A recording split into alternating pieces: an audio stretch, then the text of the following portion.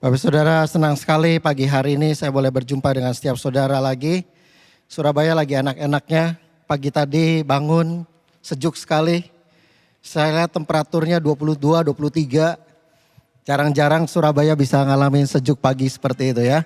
Jadi saya yakin saudara bangun pagi hari ini dengan tubuh yang segar, dengan semangat untuk kita menerima berkat Tuhan. Amin. Berikan tepuk tangan bagi Tuhan kita. 1 bulan ini kita belajar tentang prosper, saudara. Bagaimana Tuhan memelihara dan memberkati, ingin sekali memberkati hidup kita.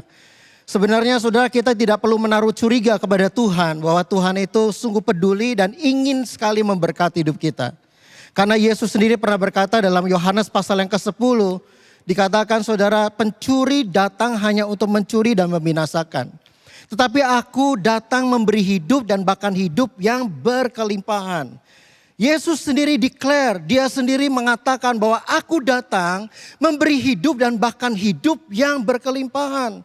Jadi seharusnya kita tidak menaruh rasa curiga kepada Tuhan bahwa Tuhan tidak peduli dan memberkati hidup kita. Namun saudara, kalau kita berbicara mengenai berkat, seringkali orang Kristen justru fokusnya kepada berkatnya.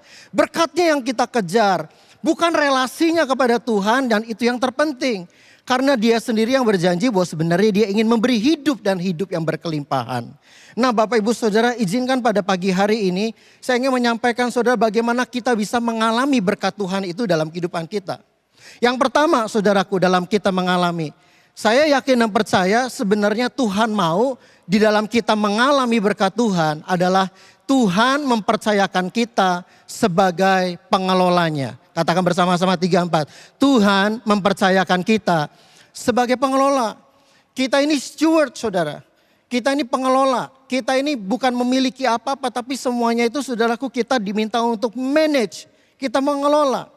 Sejak awal saudaraku penciptaan, dan kita tahu bahwa waktu Tuhan menciptakan itu dia menciptakan menyediakan segala sesuatunya dulu. Langit dan bumi dan diisi saudaraku dengan binatang-binatang, dengan tumbuh-tumbuhan yang berbiji, yang berbuah. Dan Tuhan mengatakan itu akan menjadi makananmu.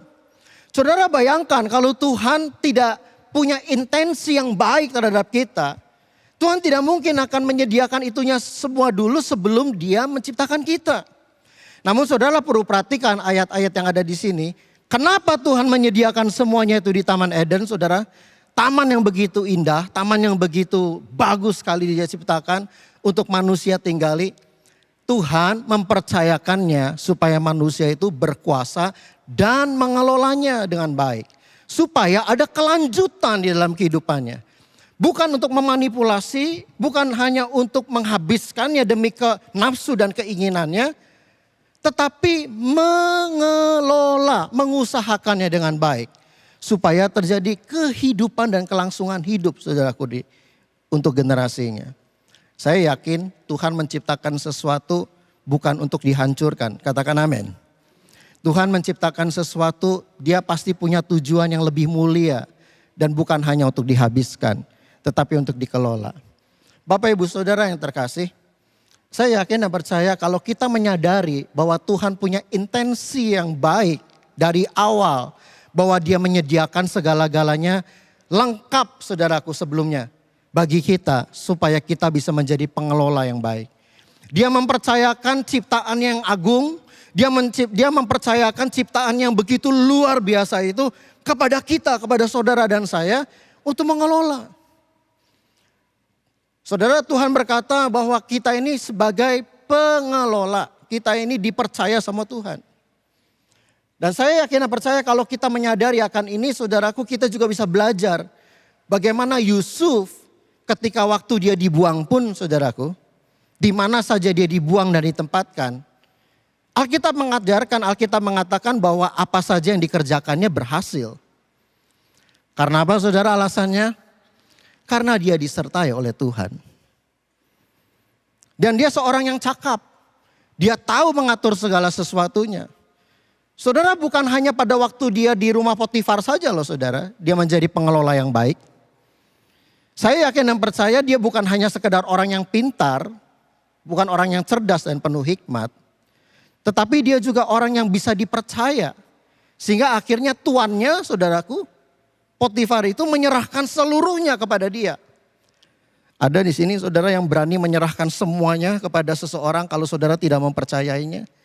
Saya yakin dan percaya pasti saudara akan memilih seseorang mengelola yang bisa dipercaya. Katakan bersama dengan saya, dipercaya.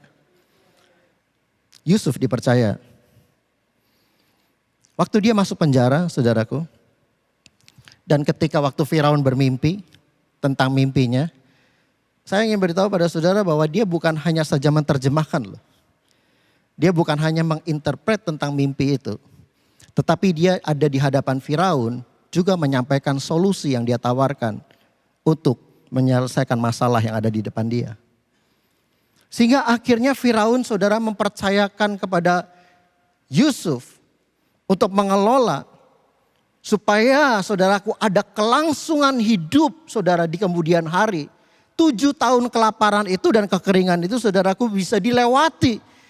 Yusuf bukan hanya menginterpretasikan mimpinya, tetapi dia memberikan solusi. Saudara dan saya dipercaya oleh Tuhan untuk mengelola supaya kita bisa meneruskan kelangsungan hidup. Pada awal-awal saudaraku waktu Yusuf dibuang dan dia dijual sebagai budak, dia masuk penjara. Saya tahu bahwa Alkitab mengatakan bahwa Yusuf itu saudara belum mengerti tentang kehendak Tuhan. Tuhan maunya apa. Tapi ketika dia bertemu dengan saudara-saudaranya yang sujud berlutut di hadapan dia dan memohon untuk membeli makanan saudara.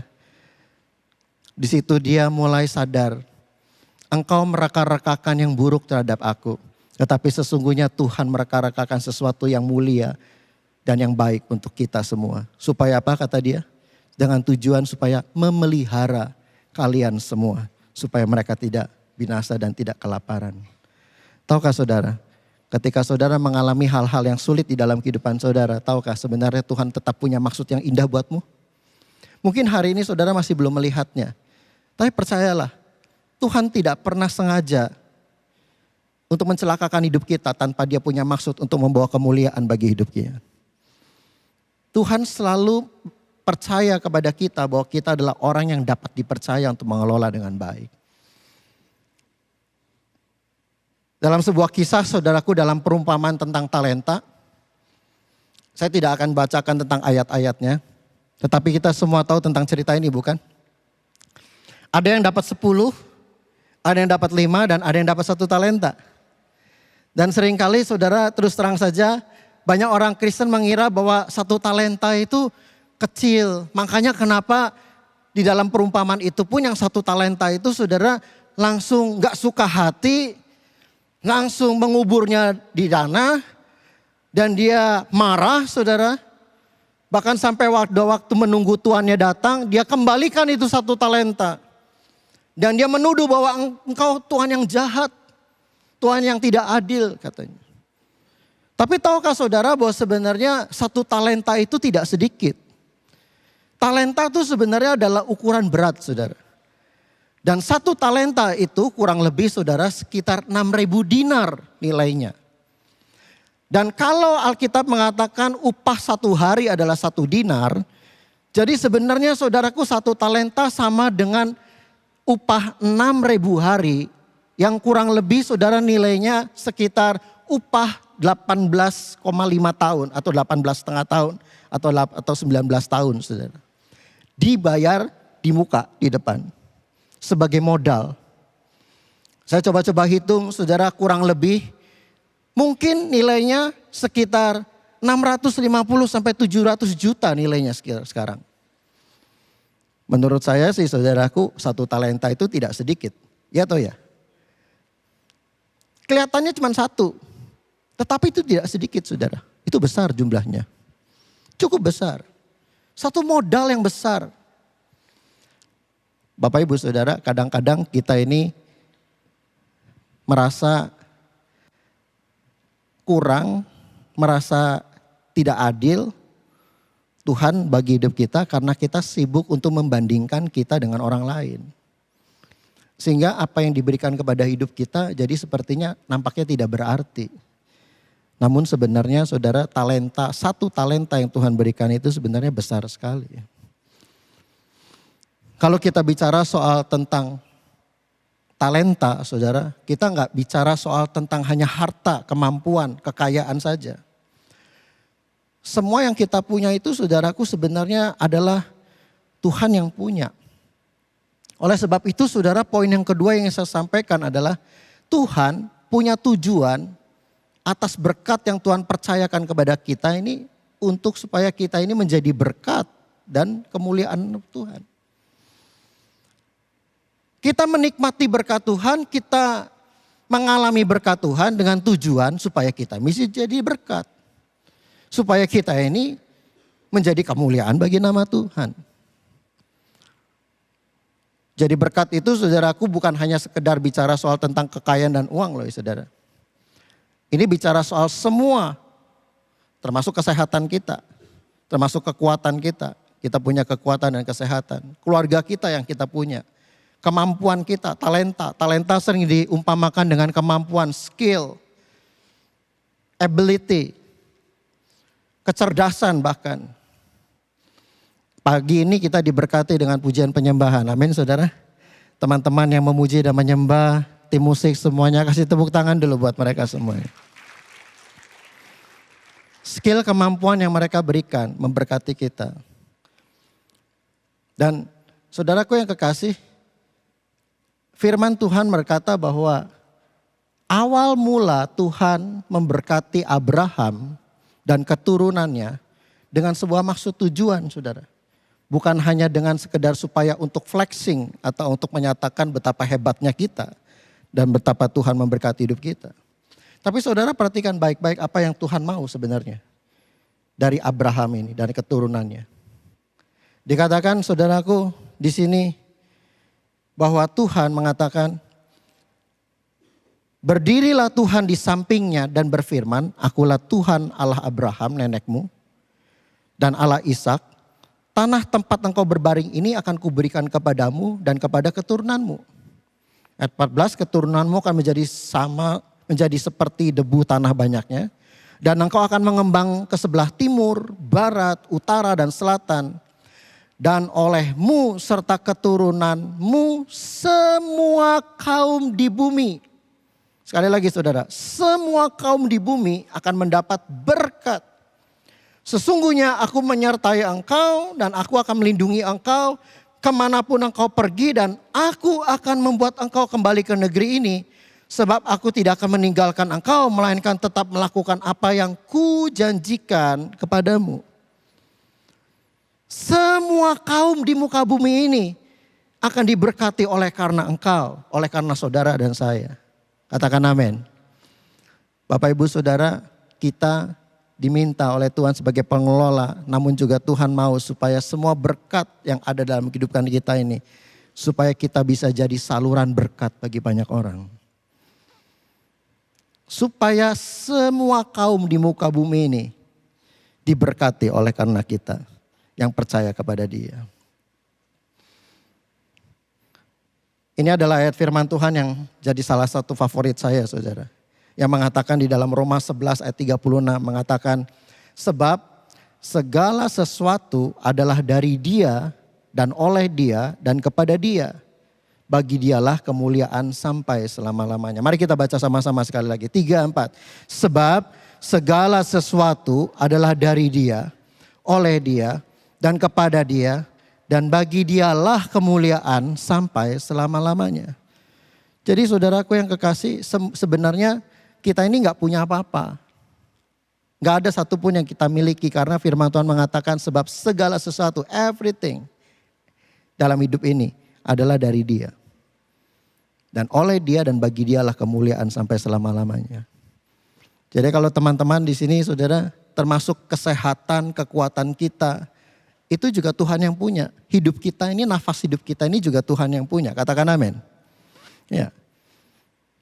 Namun saudara seringkali kadang-kadang kita berpikir bahwa kita ini sudah memberi kepada Tuhan itu, kita berkorban sesuatu kepada Dia. Namun sesungguhnya kita ini gak pernah berkorban apa-apa saudara. Karena sesungguhnya kita ini mengembalikan apa yang Dia punya kepada Dia. We never sacrifice anything in life. We just return back to Him. Because everything is belong to him. Segala sesuatunya adalah milik dia. Kita nggak pernah punya apa-apa. Saya bilang tadi pagi kepada pemain musik, kepada teman-teman yang melayani pagi hari ini. Sebelum saudara datang pagi hari ini beribadah, kita menikmati pujian dan penyembahan. Mereka beberapa hari yang lalu sudah datang loh saudara.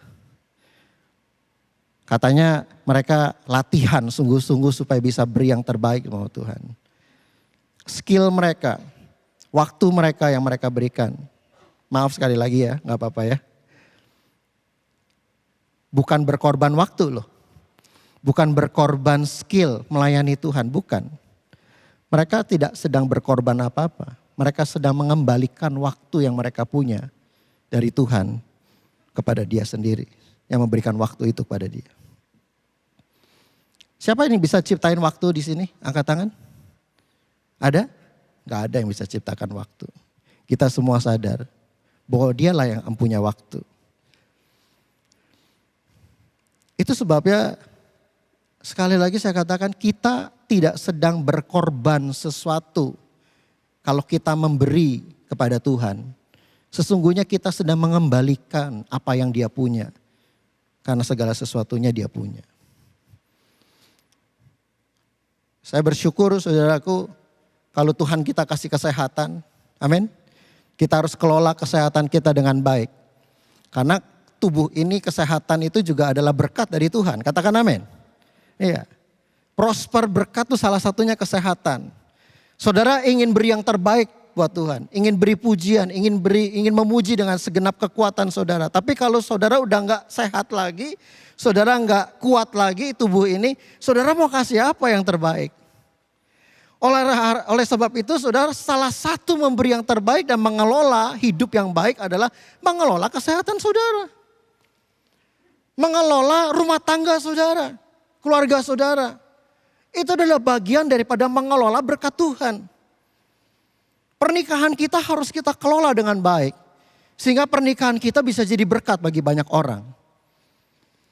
If you never manage your life, actually you have plan to destroy your life. Kalau saudara nggak pernah berpikir untuk mulai mengatur hidup saudara dengan baik, sebenarnya saudara sedang bikin rencana untuk menghancurkan hidupmu sendiri. Kesehatan itu perlu disiplin saudara. Dan disiplin itu saudara adalah bagian daripada mengelola tubuh ini dengan baik juga. Untuk jadi kurus gampang atau sulit saudara? Susah ya? Susah-susah gampang. Kalau buat pendeta 3 hari 2 puasa saudara gak makan kurus pasti. Lebih gampang lagi kalau saudara keracunan. Ya. Tapi apakah itu caranya saudara supaya saudara kurus? Kan enggak. Akan jauh lebih baik kalau saudara jaga apa yang masuk ke mulutmu. Dan disiplin dengan waktu makanmu dan apa yang engkau konsumsi sehingga tubuhmu jadi sehat. Disiplin waktu engkau bangun dan exercise. Yang paling penting itu saudara bukan turunnya, tapi menjaga konsisten untuk tetap jaga tubuh itu tetap sehat dan bugar. Itu jauh lebih sulit dan jauh lebih penting saudaraku. Jadi kurus tuh gampang.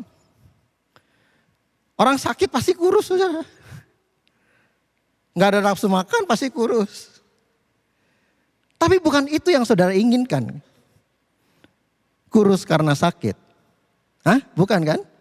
Saudara ingin kurus, sehat dan bugar. Fit badannya. Dan itu perlu dikelola. Dan saya mau beritahu kepada kita semua di tempat ini salah satu berkat Tuhan yang Tuhan limpahkan dalam hidup kita yang Tuhan percayakan adalah apa? Kesehatan. Katakan bersama, kesehatan. Tubuh mesti kita jaga. Karena itu modal utama untuk engkau bisa melayani Tuhan dan memberi yang terbaik buat Tuhan. Yang ketiga, saudara, yang terakhir.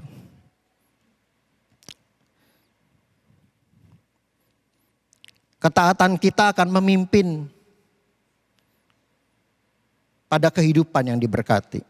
Kita baca sama-sama, 3-4. Ketaatan kita akan memimpin pada kehidupan yang diberkati. Sebenarnya Bapak Ibu Saudara, berkat yang kita terima ini tergantung dari ketaatan kita kepada Tuhan. Tergantung dari ketaatan saja.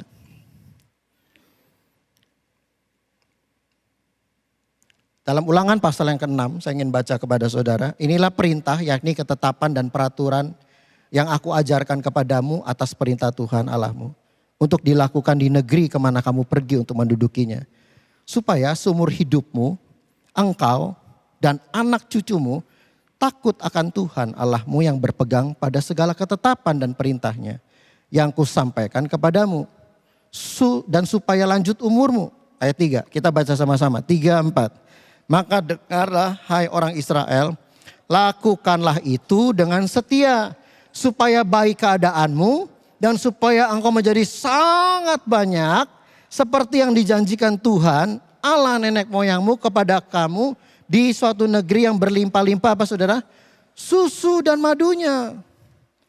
Sekali lagi saya katakan saudaraku di sini firman-Nya mengatakan, lakukanlah itu dengan setia, supaya apa? Baik keadaanmu. Dan engkau bertambah menjadi sangat banyak. Dengan kata lain, prosper, berlimpah. Di negeri yang berlimpah apa saudara? Susu dan madunya. Hey, wait a minute. I want to tell you. Negeri yang berlimpah susu dan madunya. Apakah susu dan madu itu muncul begitu saja? Halo? Never. Susu dan madu bisa berlimpah karena kita mengelolanya dengan benar. Karena kita mengelolanya. Tapi Tuhan kasih resources-nya. Bahwa mungkin dan sangat mungkin untuk berlimpah susu dan madunya. Potensinya ada di dalam hidup saudara. Untuk saudara bisa jadi berkat. Tapi itu tergantung apakah saudara mau taat atau tidak. Saudara menjadi pengelola yang baik atau tidak. Yang bisa dipercaya atau tidak. Saudara, untuk kita bisa jadi berkat nih gak perlu nunggu sesuatu yang besar.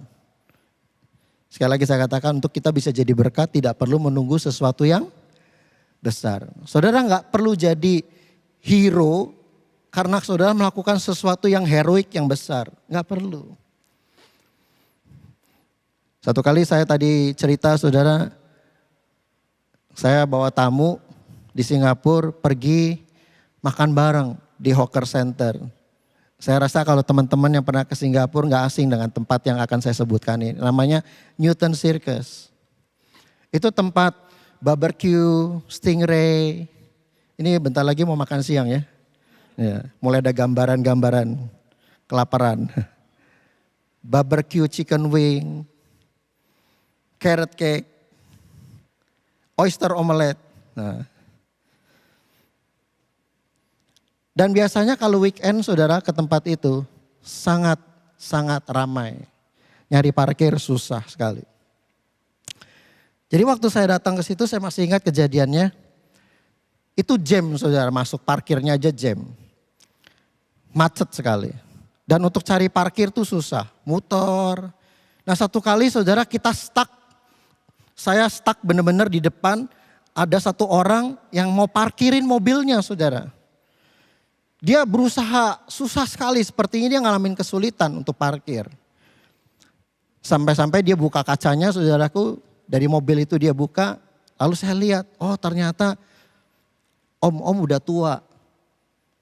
Tua, kelihatan tua sekali memang. Dia maju, mundur, mungkin karena malam gelap saudaraku, matanya mungkin gak terlalu jelas. Entah mungkin ada katarak atau apa saya gak ngerti, tapi dia sangat kesulitan sekali, maju mundur gak bisa-bisa. Dan saya mau beritahu sama saudara juga, parkir di Singapura tuh kecil-kecil, sangat mepet. Nah singkatnya saudaraku saya mulai ngelihat, aduh ini kesian sekali ya opa. Jadi saya turun dari mobil saudara. Karena saya udah diklaksonin juga dari belakang, disangkanya saya gak mau maju-maju. Padahal di depan ada yang lagi kesulitan untuk parkir. Saya turun, saya menawarkan diri. Saya bilang, Uncle, you want me to help you to park your car? Bilang gitu. Dia bilang, noni lah. Gitu aja.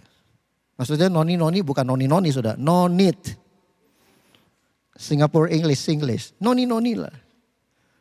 Bilang gitu, it's okay Uncle, I can help you. Bilang gitu. Saya bilang, trust me. Lalu dia bilang, oke lah. Lalu dia keluar, saudara, saya masuk. Gak nyampe 2 menit, mobilnya parkir dengan rapi, bersih. Bukan karena saya jago loh saudara.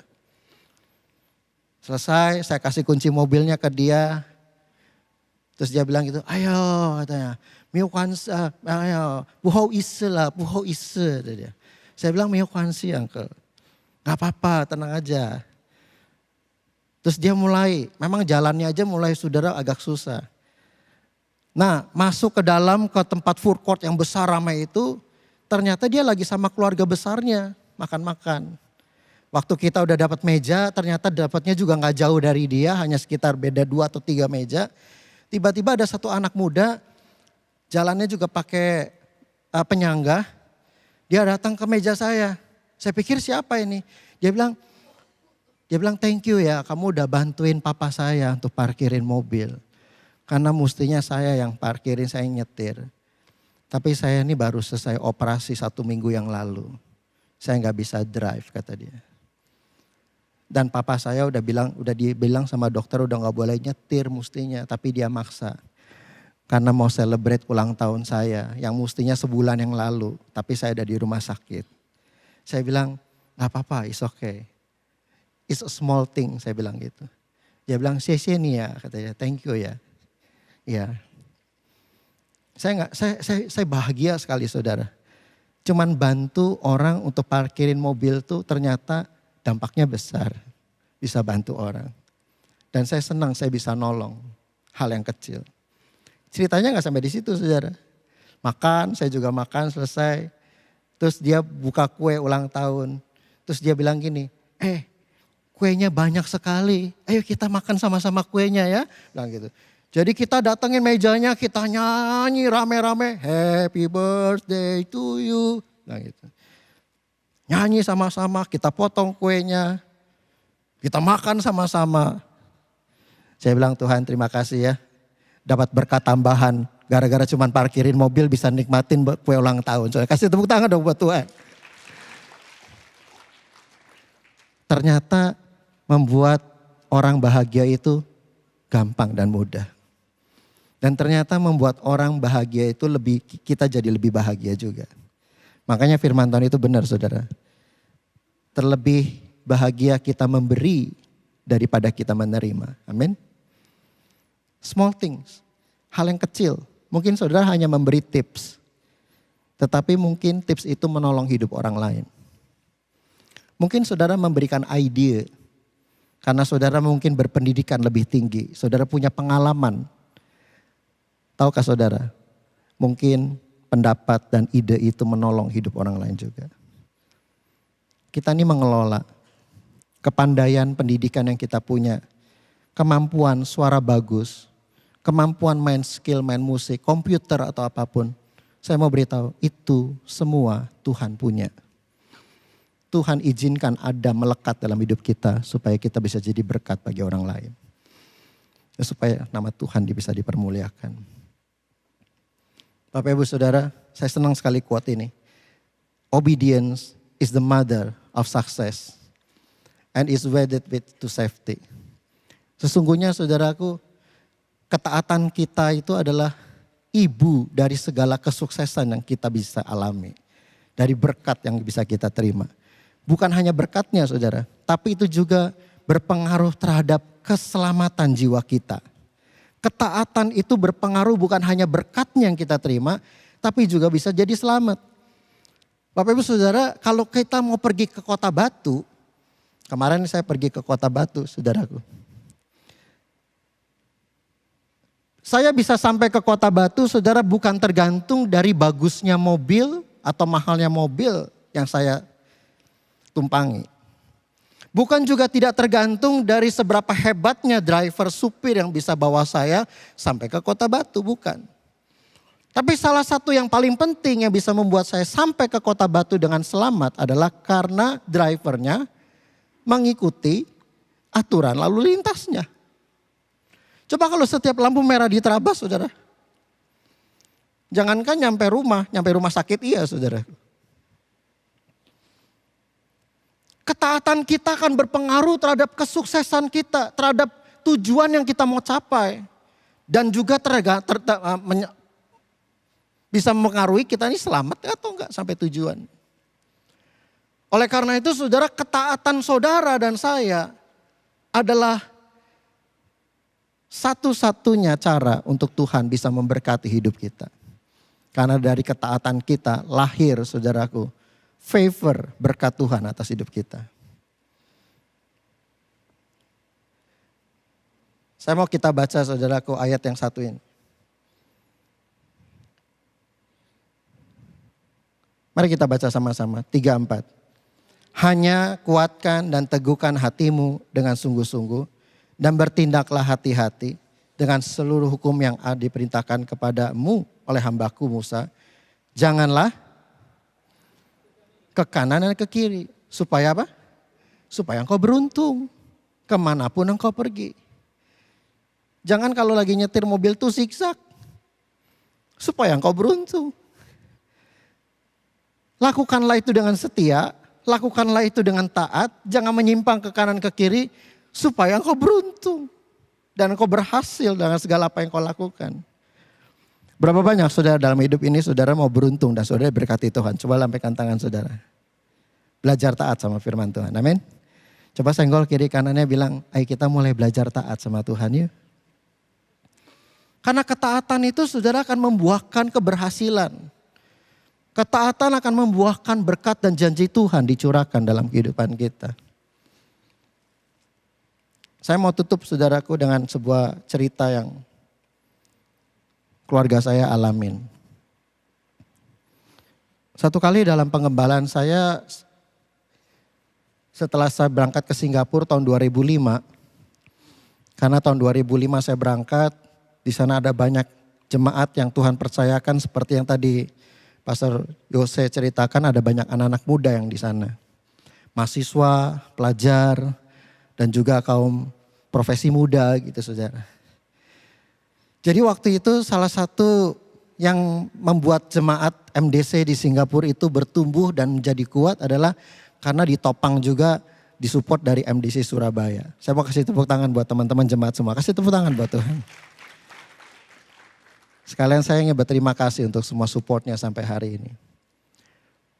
Nah saya masih ingat ketika waktu itu kita bikin workshop untuk kaum profesi dan orang-orang muda. Bicara soal tentang kesuksesan, tentang berhasil dalam sekolah, dalam studi, dan dalam usaha. Nah di workshop itu salah satu pembicara pada waktu itu dari Surabaya. Saya masih ingat betul, Pak Cipto Kusno datang, dia sharing.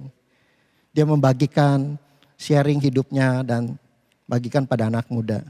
Ada sebuah pertanyaan, sudah. Pertanyaannya begini, Pak, kita ini kalau mau mulai bisnis entrepreneur, coba kasih tips dong gimana kita cuma bisa berhasil tanpa modal banyak. Kita nggak punya modal terlalu banyak, nggak bisa banyak pinjaman dari bank karena baru mulai. Jadi satu-satunya kita bisa mulai usaha adalah ya dari bantuan dari supplier mau kasih barang sama kita atau enggak gitu. Lalu saya ingat betul tips yang diberikan sama Pak Cipto Kusno ini bilang seperti ini. Gini loh, menurut saya kalau kamu mau mulai usaha dan kalau itu tergantung dari supplier untuk memberikan barang sama kamu dan kamu harus membangun relasi dan trust dengan suppliermu. Dia bilang begini, biasanya di Indonesia orang-orang berbisnis tuh biasanya kalau mau bayar utang tuh biasanya kalau bisa makin lama makin baik, betul nggak? Jadi bayar utangnya itu ceknya cek mundur saudara. Itu kebiasaan dan saya aminkan itu betul. Banyak saya jumpai seperti itu. Termasuk mohon maaf saudara, saya harus mengaku. Papa mama saya berbisnis juga seperti itu. Kalau bisa bayarnya lambat kenapa mesti cepat? Supaya cash flow-nya uangnya ditahan dulu sebentar. Bisa buat yang lain gitu sudah. Tapi Pak Cipto Kusno bilang seperti ini. Nah saya kasih tips sama kamu, jangan seperti itu. Kalau bayar, percepat 1 hari.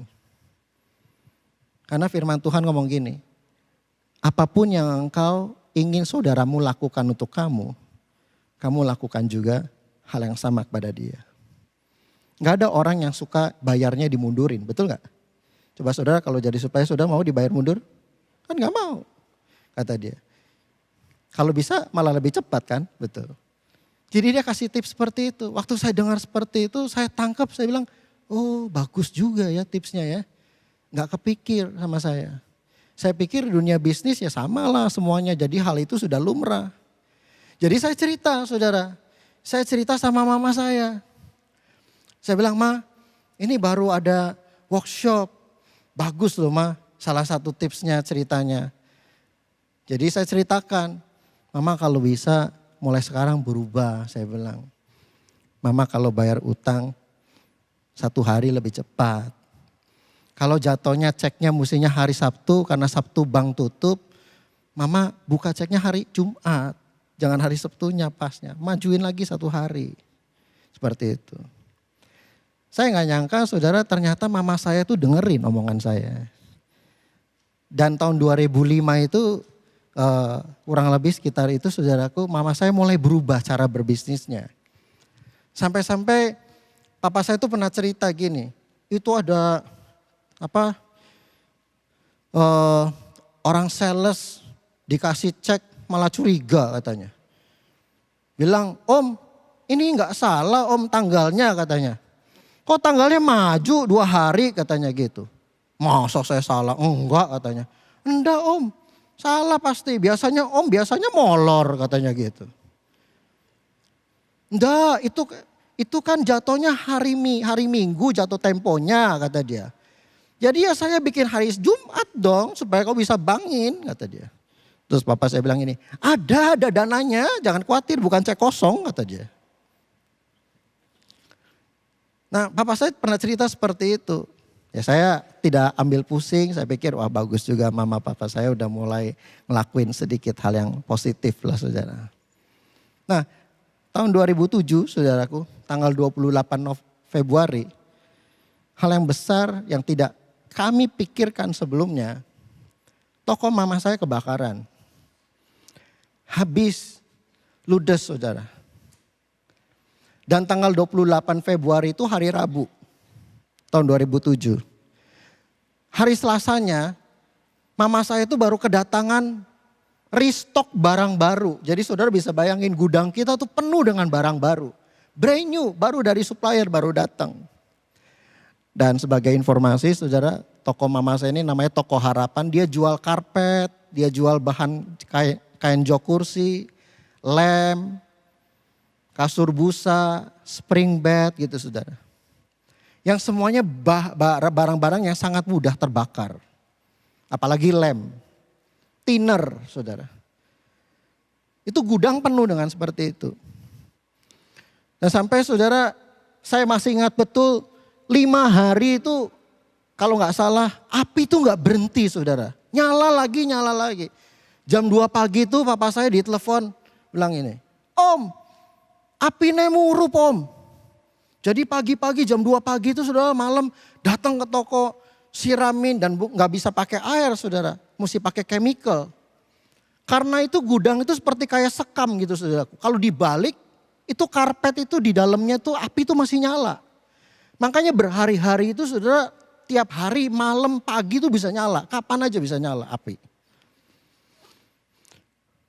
Nah singkat cerita saudaraku habis semuanya dan toko juga hancur. Kita sekeluarga, saya dengan cici saya, dengan koko, dengan adik saya. Kita berembuk di keluarga, kita ngomong baik-baik sama mama. Saya bilang, Ma, Pa mungkin ini udah waktunya untuk papa sama mama pensiun. Udahlah, kita bayar pelan-pelan cicil utang. Nanti kita ya sudah mama sama papa udah relax aja. Gimana Ma, sama papa setuju enggak? Mama sama papa bilang gini, enggak mau. Papa sama mama masih tetap mau usaha buka toko. Waktu kejadian saya ada di Singapura, saya nggak pernah dengar papa saya nangis. Waktu saya telepon, papa saya itu bisa ngomong gini, Guan, habis semuanya Guan, habis semuanya. Papa nggak tahu, papa mesti gimana. Habis semuanya katanya. Cuman itu yang keluar dari mulutnya. Tapi karena papa mama saya semangat masih mau buka toko, saya bilang sama papa mama, kita mau buka toko mulai dari mana, Ma? Kita nggak punya modal, bahkan ninggalin utang. Mama bilang, pokoknya mama mau usaha, mau coba, mama mau buka toko lagi, mau mulai dagang lagi. Jadi setelah lewat dari 1 minggu lebih, mama saya mulai telepon supplier, saudara. Dia bilang begini, saya habis kebakaran, kamu tahu kan, kata dia. Tapi saya mau mulai lagi buka toko. Kamu bisa nggak kirimin saya barang, kasih saya barang, gitu. Saudara tahu supplier demi supplier. Salah satu supplier itu saya dengar sendiri dia ngomong gini. Jangan khawatir tante, tante mau barang apa aja berapa banyak kita kirimin. Utang tante jangan pikirin. Nanti tante bayar pelan-pelan kalau tante ada uang. Terakhir dia ngomong gini, kita percaya kok sama tante, tante pasti bisa bayar utangnya. Yang penting tante bisa mulai dulu. Ayo tante kasih tahu, tante mau barang apa, berapa banyak. Kita kirimin besok langsung ke tempat tante. Saudara, saya terharu dan saya percaya ketaatan sekecil apapun yang kita lakukan di mata Tuhan, kalau kita bisa menjadi pengelola yang baik, yang benar di mata Tuhan, Tuhan pasti bisa berkati. Firman Tuhan berkata, kalau saja kita setia dengan perkara yang kecil, Tuhan akan mempercayakan perkara yang jauh lebih besar daripada itu. Hari ini saudara, kalau saudara datang ke kota Cirebon, lewat jalan Karanggetas, nomor 65. Ada nama toko Harapan di situ. Saya yakin toko ini juga adalah profetik. Masih ada harapan. Tuhan masih berkati hidup keluarga saya. Sebagai tanda bukan untuk kesombongan, tapi untuk menyatakan betapa Tuhan itu baik dalam hidup kita. Dia masih menolong saudara. Dia mau menolong saudara. Dan dia pasti menolong saudara. Pertanyaannya, maukah saudara hari ini berkata sama Tuhan, Tuhan aku mau jadi pengelola yang dipercaya sama Tuhan. Pengelola yang bisa dipercaya dan pengelola yang bisa memuliakan dan memasyurkan bahwa Tuhan semuanya yang memberkati hidup saya dan bisa memuliakan nama Tuhan. Saudara mau? Pagi hari ini mari kita bangkit berdiri bersama-sama kepada Tuhan. Kita datang kepada Dia. Let's worship Him.